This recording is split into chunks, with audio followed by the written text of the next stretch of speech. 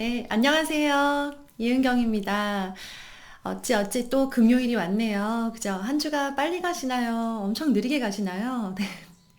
제가 어제 남편한테, 돌아서면 목요일이야. 왜 이렇게 한 주가 빨리 가? 그랬더니 남편은, 나 진짜 기다리고 기다리고 기다려서 목요일이 온다고. 네. 왜 이렇게 한 주가 기냐고 그러더라고요. 네. 상황마다 또 이렇게 느껴지는 게 다르죠. 그쵸? 스트레스가 심할 때는 그리고 매일매일 계속 반복될 때는요, 일주일이 너무 긴 것 같고, 그리고 또 뭔가 좀 굉장히 신경 써야 될 일들이 군데군데 있었던 한 주는 또 굉장히 빨리 가는 것 같기도 하고, 그렇습니다. 여러분들의 스트레스 중에 하나인, 네, 우리 엄마들 사이의 카톡방, 단체방의 스트레스에 대해서 좀 이야기를 해보겠습니다. 제가 엄마들의 스트레스에 대해서 자주 다루는 이유가요, 엄마가 스트레스 상황에 있으면요, 말투가 달라요. 그리고 아이를 바라보는 시선이 다르고 저녁 반찬이 달라집니다. 그러고 나서 우리는 죄책감을 느끼죠.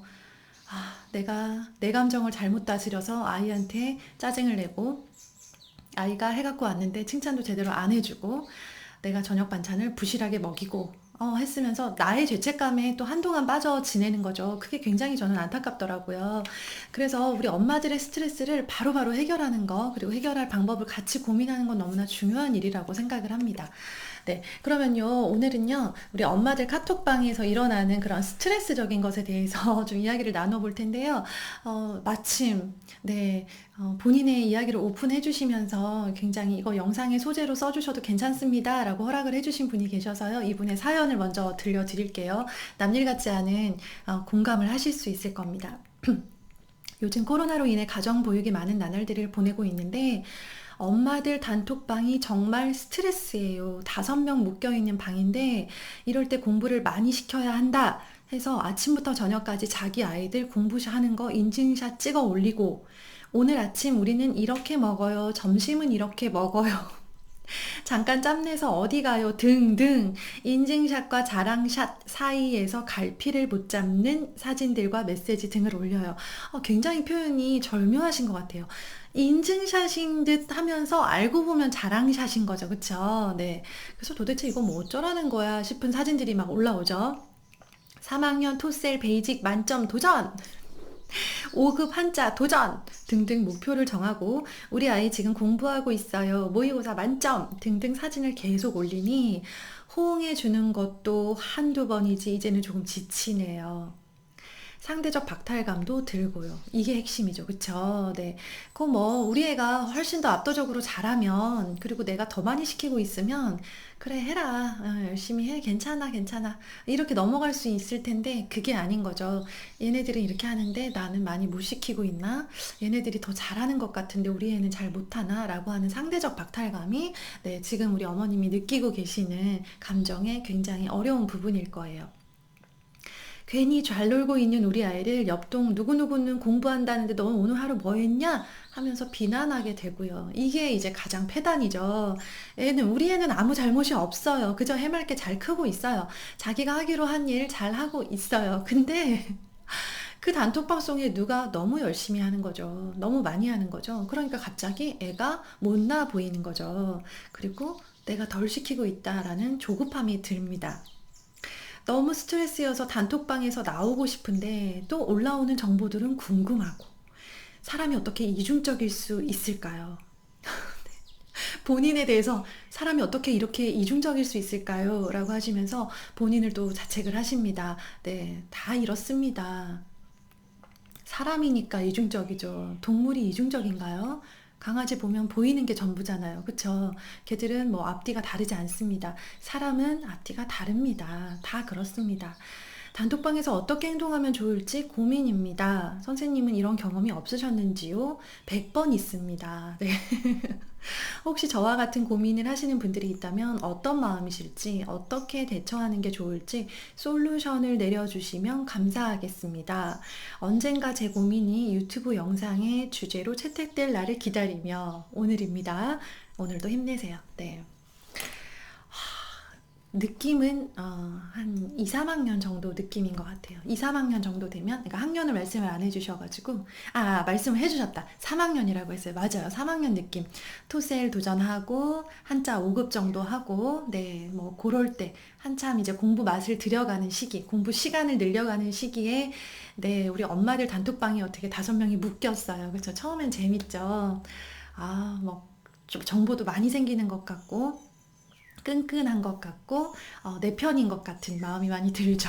그쵸? 네. 결론부터 말씀드릴게요. 저도 이런 일을 너무 많이 겪어가지고, 정말 100번이라고 했잖아요. 100번 겪었어요. 겪어본 결과, 지금 이제 아이가 6학년이 되고 보니까 저희 큰아이 때 이런 일을 많이 겪었거든요. 작은아이는 어디 마땅히 낄 데를 찾지 못해서, 네, 이렇게 단톡방에 들어가고 싶었는데 못 들어갔습니다. 큰애는 이제 다행히 학교 생활을 무난하게 했기 때문에 자연스럽게 단톡방이 형성이 되면서, 네, 이런 경험들을, 비슷한 경험들을 많이 했는데요. 네, 6학년이 되고 보니까 내리는 결론, 지금 드는 생각, 이 사연을 보면서 걱정하실 필요가 없다라고 말씀드릴 수 있는 이유는 시간이 다 해결을 해주더라는 거예요. 시간이 분명히 해결을 해주더라는 거예요. 저도 이런 카톡방, 단체방에 자꾸 올라오는 무슨 약간 이런, 약간 자랑인 것 같은데, 분명히 자랑인 것 같은데 아닌 것 같기도 하고 싶은 그런 내용들의 사진과 이야기들, 뭐 인증샷 이런 것들을 보면서, 저는, 그러니까 사람마다 다 상대적 박탈감을 느끼는 포인트가 다르죠. 그쵸? 네, 제 포인트는 뭐였을까요? 저희는 초등 시기 내내 경제적으로 어려웠기 때문에 제가 공부는 더 잘 시키고 있는 거는 맞았어요. 그리고 더 좋은 데 있으면 데리고 다니고 하는 것들도 제가 제일 좀 어린 편이었고, 제가 그래도 알고 있는 곳이 많아서 돈이 많이 필요하지 않는다면 저는 열심히 데리고 다녔기 때문에 데리고 다니는 것에 대해서는 박탈감을 느끼지 않았는데, 이제 경제적인 부분이 항상 저는 박탈감이 좀 있었어요. 그래서 이게 뭐 외식을 하고 맛있는 카페에 가고 뭐 브런치 집에 가서 이렇게 찍은 사진들 있잖아요. 가족끼리 같이 뭐 이렇게 어디 갔다, 호텔에 가서 뭐 호텔팩을 하고 왔다, 이런 얘기들이 그 안에 들려오면요, 저 혼자 막 계속 계산을 하는 거예요. 이렇게 호텔팩을 내 식구가 가려면은 여기가 얼마짜리고, 가서 또 보니까 어제 저녁에는 소고기를 먹었고, 오늘은 호텔에서 자고, 내일에는 또 뭘 하고 온다는데 하면서 이제 자꾸 그들과 내 상황을 비교하게 되고, 호텔팩이란 걸 저는 한 번도 아직까지 가본 적이 없어요. 네.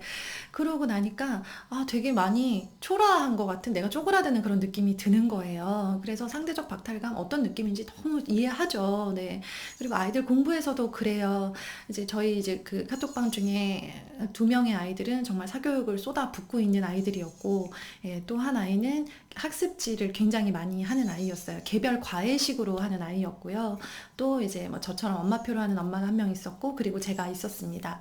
그래서 이제 그런 것들을 보면서 정보를 얻을 때가, 말씀하신 대로 정보가 막 이렇게 들어오는 느낌이 들어요. 이런 학원도 있구나.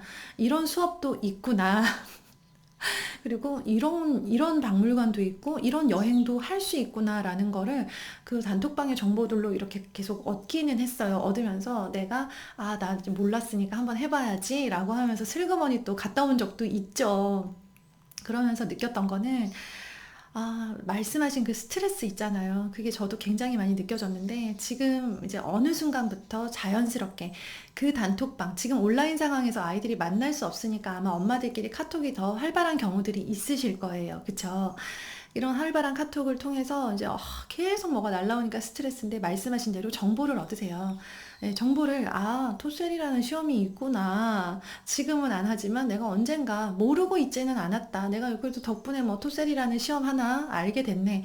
조금 더 여유롭게 생각을 하시고, 시간이 해결해 주는 건 분명하다라는 사실을 좀 기억을 하셨으면 좋겠어요. 이제 학년이 올라가고 누군가 이사를 가거나 누구 상황이 굉장히 좋거나 나빠지고 나면요, 그러면 그 카톡방 안에서 대화가 점점 줄어들 거예요. 시키지 않아도. 네, 지금은 다 고만고만하고, 일단은 아이 나이가 고만고만하고 살림살이가 고만고만하기 때문에 서로 이제 비교하듯이 경쟁하듯이 그렇게 막 서로 일상을 나누는 거에 열심인데요.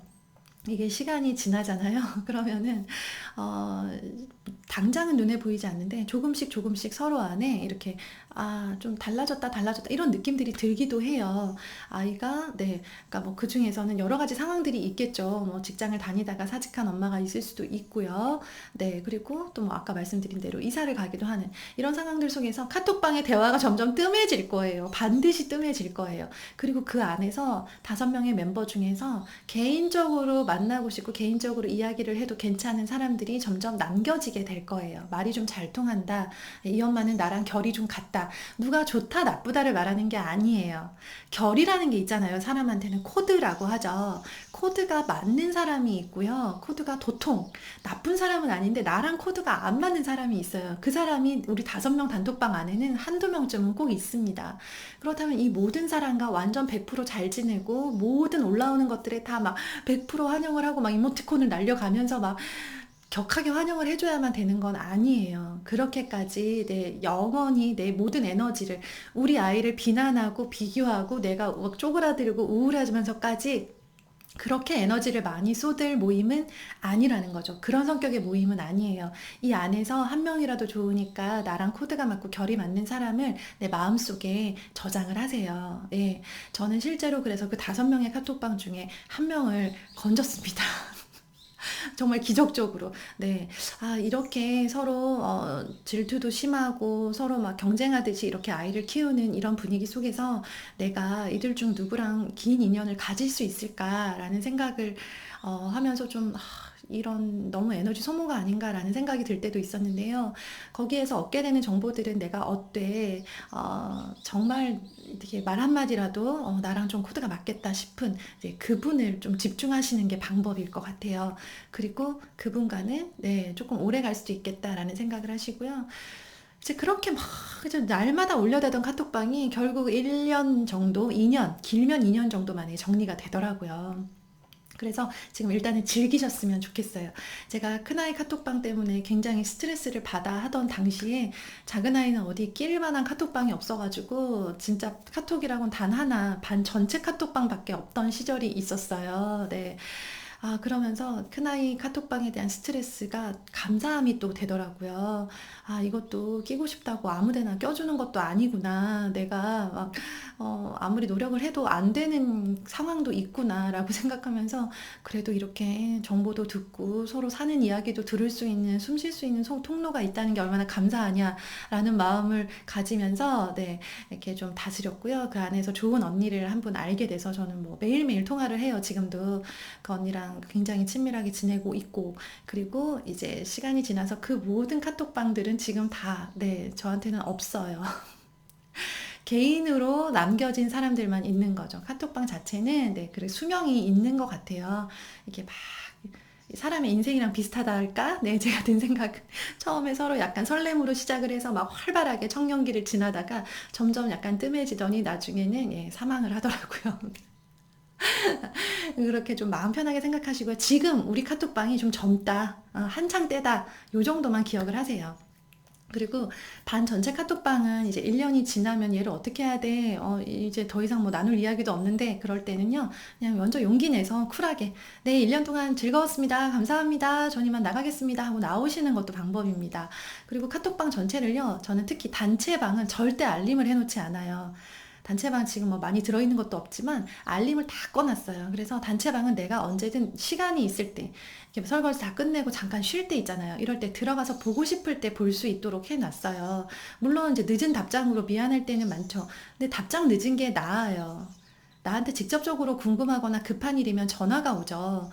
그럼 차라리 이제 뭐 제가 늦게 봤네요 하고 사과를 하고 그때서야 뭐 답변을 하거나 아니면 뭐 호응을 해주는 것, 이렇게 해야 엄마가 내 정신도 붙들고 내 아이도 붙들 수 있지. 마냥 그 스마트폰 카톡방에만 매달려가지고 올라오는 사진 하나하나에 다 반응을 해주다 보면요 정말 네, 우리 집은 우리 집대로 엉망이 되고 내 아이는 계속 그 집 카톡방 안에 있는 아이들보다 못나 보이고, 나라는 사람은 그 카톡방 속 엄마들보다 훨씬 더 네, 초라하게 느껴지는 거죠. 네, 그런 곳이 또 그곳이더라고요. 네, 그런 세계가 있습니다. 그래서 우리 어머님 스트레스를 좀 받으시면서 얼른 막 여기서 어떻게 빠져나가고 싶다라고 생각을 하시는데요. 막상 나와 보세요. 되게 궁금해요. 네.